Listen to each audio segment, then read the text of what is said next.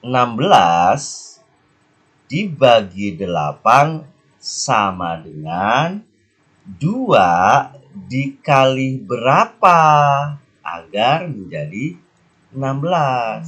Nah, ini bagaimana agar tidak terlalu sulit? Ingat hafalan kemarin. Ingat hafalan perkalian 2.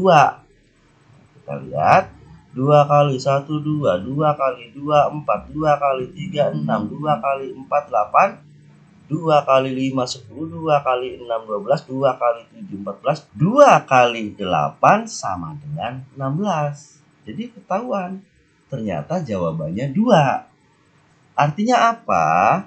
Untuk perkalian 1 sampai 10, Bapak harap semuanya hafal agar mempermudah untuk menyelesaikan soal pembagian. Assalamualaikum warahmatullahi wabarakatuh. Selamat pagi anak-anakku semuanya, ayah bunda, semoga kita dalam keadaan sehat walafiat serta dalam lindungan Allah Subhanahu wa taala. Hari ini kita belajar tema 2, bermain di lingkunganku, subtema 4, bermain di tempat wisata, pembelajaran ke-6.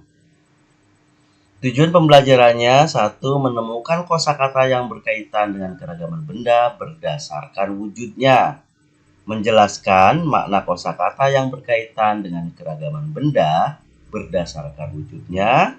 Melaporkan hasil pengamatan sederhana tentang keragaman benda di lingkungan sekitar menggunakan bahasa Indonesia yang tepat. Menyebutkan manfaat mematuhi aturan di tempat wisata dalam kehidupan sehari-hari. Menyebutkan akibat berperilaku yang tidak sesuai dengan aturan dengan percaya diri, memecahkan masalah sehari-hari yang melibatkan pembagian. Terakhir, menyatakan kalimat matematika yang berkaitan dengan masalah tentang pembagian. Kita lihat materinya. Oh, narasi nih. Judulnya apa ya? Menunggangi gajah. Di kebun binatang Ragunan, Benny ingin menunggangi gajah. Ia bersama guru dan teman lainnya membayar sewa naik gajah. Mereka dipandu oleh pemandu di kebun binatang, khususnya yang bertugas mengurus gajah. Benny berhati-hati menaiki gajah. Langkah menaiki gajah yaitu siapkan gajah dalam posisi kaki menekuk. Gajah akan menekukkan kakinya setelah mendengarkan aba-aba dari pemandu. Pemandu pertama kali menaiki gajah. Penumpangnya akan dibantu menaiki gajah oleh pemandu lainnya. Setelah kaki gajah ditekuk, penumpang langsung menaikinya. Gajah akan berdiri setelah diberi aba-aba oleh pemandu. Caranya, dengan menepuk kaki pemandu itu sendiri ke badan gajah. Gajah mengangkat kakinya tanpa merundukkan badan. Setelah berdiri, pemandu kembali menepukkan kakinya dan gajah mulai berjalan. Saat berjalan, akan terasa sedikit oleng, tetapi lama-kelamaan akan terbiasa.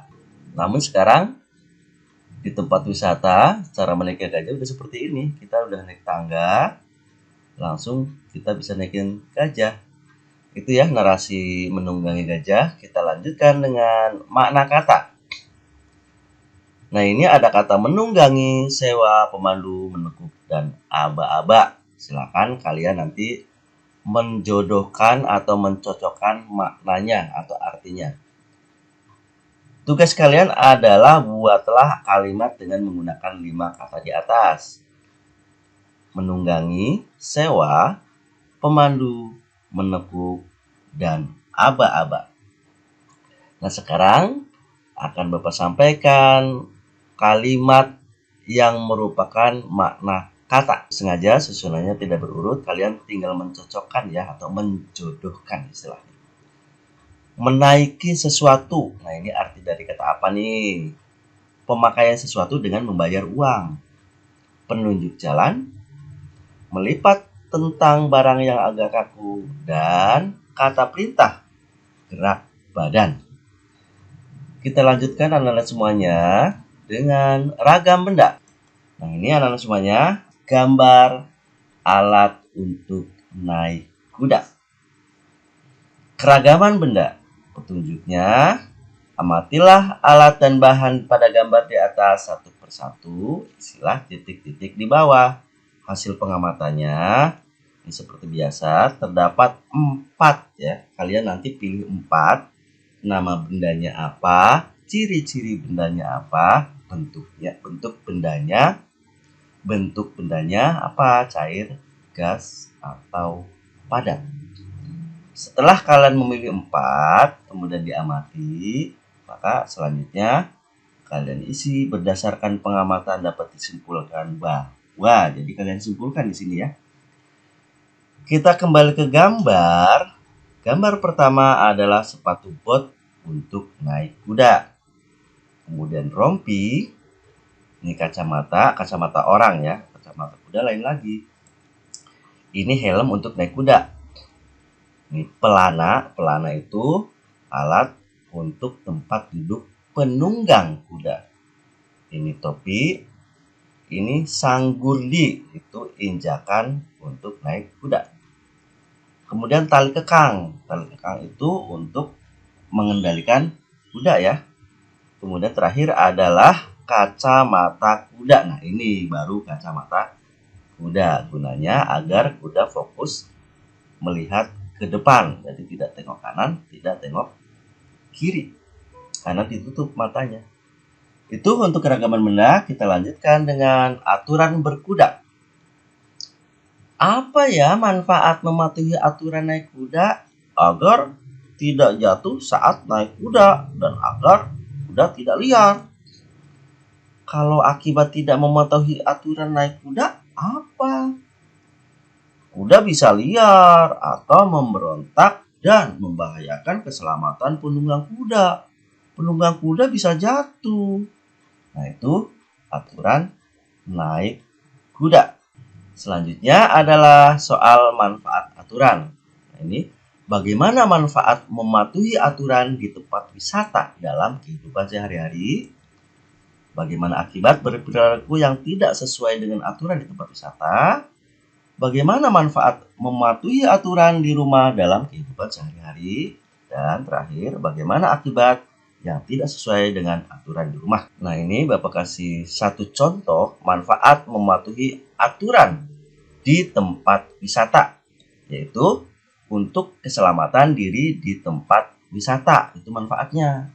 Yang kedua, untuk menjaga keindahan di lingkungan tempat wisata dan menjaga kebersihan tempat wisata. Jadi kalau kalian lihat ini yang ditebelin, pertama adalah keselamatan, kemudian keindahan dan kebersihan. Itu patokannya ya. Termasuk untuk menjawab ini aturan di rumah. Bisa ya. Kita lanjutkan dengan pembagian. Ini coba lihat, di kebun binatang ada berbagai jenis hewan. Banyaknya kijang di kebun binatang 48 ekor. Kandang kijang ada 4. Setiap kandang berisi kijang yang sama banyak. Berapa banyak kijang di setiap kandang ya? Ini banyak kijang di setiap kandang dapat diketahui dengan membagi bilangan 48 dengan bilangan 4, yaitu 48 dibagi 4 sama dengan 12. Jadi, dapat diketahui bahwa banyak kijang di setiap kandang adalah 12 ekor. Kita lanjutkan dengan soal pembagian. Ini soal pembagian ya. Kerjakan dengan cermat. Berikut adalah data banyak hewan yang akan ditempatkan di kandang yang berbeda.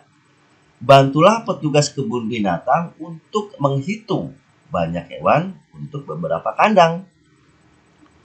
Nah, ini banyak hewan, ada 10 kandang ya. Masing-masing 16 hewan, 45, 33, 42, 54, 56, 40, 72, 84, dan 90. Bapak akan kasih contoh nomor 1. 16 dibagi 8.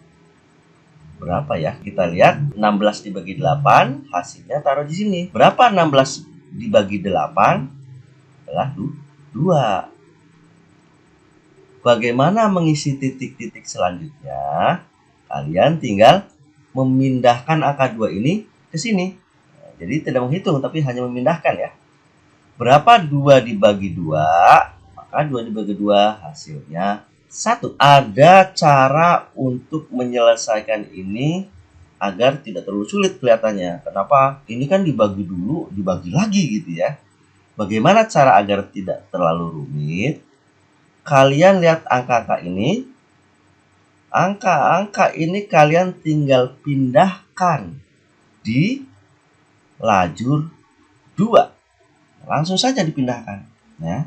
Maka selanjutnya kalian tinggal mengisi titik-titik yang pertama dan hasilnya.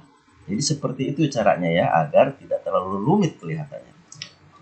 Nah, kita bahas 16 dibagi 8.